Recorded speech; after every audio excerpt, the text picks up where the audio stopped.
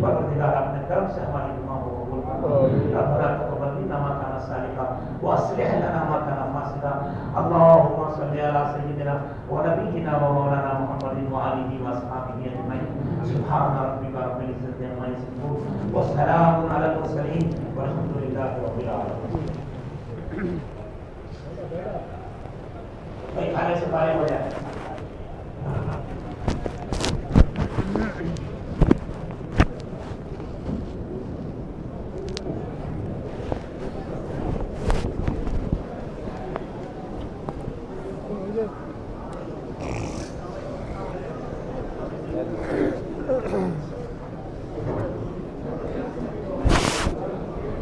بھائی سب کا مسافہ ہوگا اطمینان سے آرام سے ہے.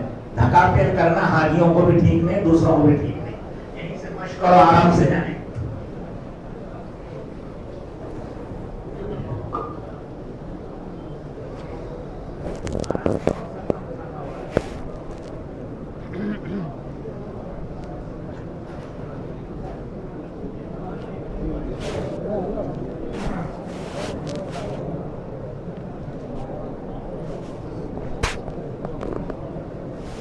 ایسا چلو بھی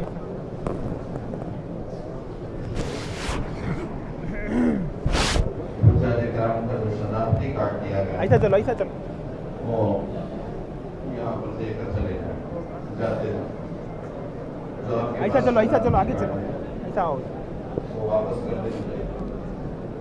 جیسا کہ پہلے بھی بتایا ہے کہ ساتھی ایسا چلو بھی اس میں سامان میں جیسے کے پاس ہے موبائل ہے تھوڑا کھانے میں ساتھی ادھر ہی آؤ بھی ادھر آؤ ایسا چلو. جیب کی حفاظت کر لیں. جیب ہے جیب میں موبائل ہے بٹوارا ہے پرس ہے ویسے